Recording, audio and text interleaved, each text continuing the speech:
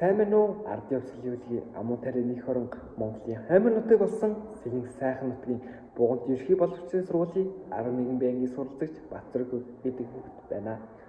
Өнөөдөр би сургуулийн орчин дахь унтны ус, ариун цэврийн байгууламжийн стандарт ба хүртээмж сэдвийн талаар өөрийн бодлоо ийхүү өгүүлье. Сургууль бол бидний хоёр дахь гэр.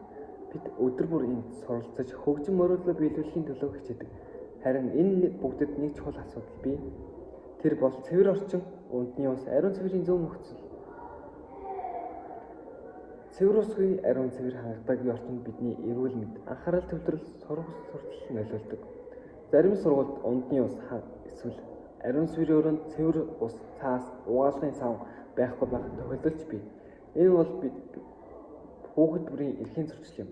Дэлхийн эрүүл мэндийн байгууллагын судалгаагаар унтны ус, ариун цэврийн байгууламжийн хүртээмж муу байвал халдвар төвчин, ходоод төсний өвчлөл нэмэгдэг гэжээ. Тиймээс энэ асуудал зөвхөн тав дахь биш, эрүүл мэндийн амьдралын чанарын асуудал юм. Манай сургуульд бид заримдаа унтны усны сав дүүрээгүй байх, эсвэл ариун цэврийн өрөө ажиллахад хэцүү бөгөлдөрсөн байхыг анзаардаг. Гэвч энэ асуудлыг шийдэхэд бид өөрсдөө оролцож чадна.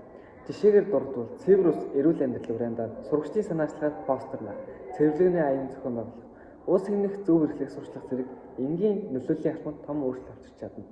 Хамгийн гол нь бид бүгд хариуцлагатай байх ёстой. Ариун цэврийн өрөөг зөв ашиглах, усыг дэмүү орсохгүй байх, хойгийг хаяхгүй байх. Энэ бүгд биднээс хамаарах билээ. Унтны ус, ариун цэврийн орчин бол сурагч бүрийн эрх. Хэрвээ бид бүгд хамтдаа анхаарч оролцож чадвал бидний сургууль илүү эрүүл, илүү аюулгүй орчин болно. Цэвэр орчин, эрүүл сурагч. Энэ хүртэл үзсэн та бүхэндээ гүнээ талархал илэрхийлье.